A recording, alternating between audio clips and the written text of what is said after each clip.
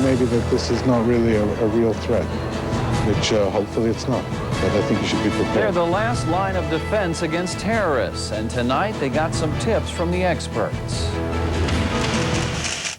First at 10, with terrorist attacks becoming a constant threat around the world, local law enforcement authorities are taking new steps to prepare for the unthinkable. Today, members of several area police departments took part in a conference on terrorism to discuss ways of preventing a terror attack here at home.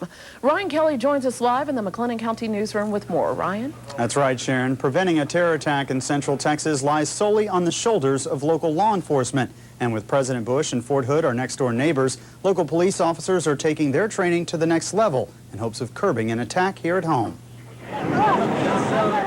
It's a scene that has become all too common in the Middle East. However, suicide bombings still seem foreign to most Central Texans. And actually, that's the mission of the latest terrorism training conference in Waco, to keep it that way. There's a kind of feeling maybe that this is not really a real threat, which hopefully it's not. But I think you should be prepared. More than 170 officers from around the area, some as far as Denton and Mesquite, came to Waco to learn the latest tactics in dealing with terror threats, and more specifically, where they are likely to strike. A lot of the terrorism targets tend to involve crowds and people and, large congregations of people, and it's just something we have to think about in terms of security issues, in terms of staffing issues, in terms of everything we do and say. You've also got some installations here that are very important, Baylor University and stadiums and things like that. So we feel that it's important. The police felt it was important. They actually asked us to come here.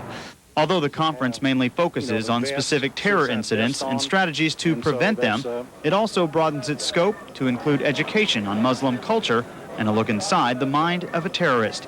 The goal is to give law enforcement officials every tool they need to identify a terror situation when it arrives. If we encounter someone who's suspicious, we would probably have a better idea of how to react and what questions to ask and so forth. More importantly, they may learn just the right technique to prevent a possible terror attack from occurring in the first place. Waco police officials say Central Texas will remain a high terror target as long as the president remains in office. They know they can't stop terrorists from coming here. Their goal is to stop them from succeeding. Reporting live in the McLennan County newsroom, Ryan Kelly. Now back to you. All right, thank you, Ryan.